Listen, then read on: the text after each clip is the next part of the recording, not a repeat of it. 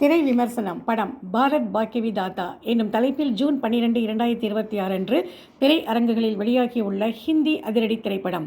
இது 2008ஆம் ஆண்டு மும்பை தீவிரவாதத்தின் போது காமா மருத்துவமனையில் நிகழ்ந்த உண்மை சம்பவங்களை அடிப்படையாக கொண்டு எடுக்கப்பட்ட உயிருக்கு போராடும் காட்சிகள் அமைந்த அருமையான படம். இயக்கம் மற்றும் எழுத்து மனோஜ் தப்பாடியா, தயாரிப்பு கங்கனா ரணாவத், நடிகர்கள் கங்கனா ரணாவத், கிரிஜா ஓக், ஸ்மிதா தாம்பே மற்றும் பலர். கதை இதுதான்.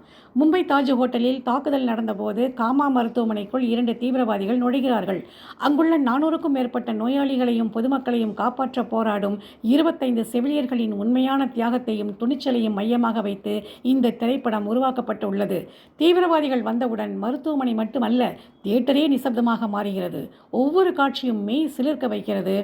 அவ்வளவு தத்ரூபமாக எல்லோரும் நடித்துள்ளார்கள். உயிரை கையில் பிடித்து கொண்டு வாழ்ந்து காட்டியுள்ளார்கள்.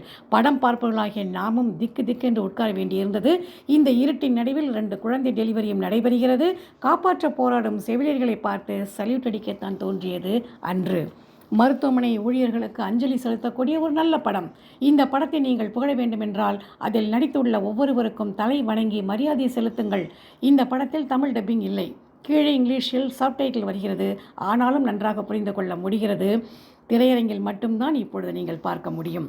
நடிப்பு கங்கனா ரணாவத் ஒரு செவிலியராக, ஒரு நர்ஸாக மிக இயல்பாக, எளிமையாக, அழகாக, அட்டகாசமாக நடித்து அனைவருடைய மனங்களையும் கவர்ந்துள்ளார்.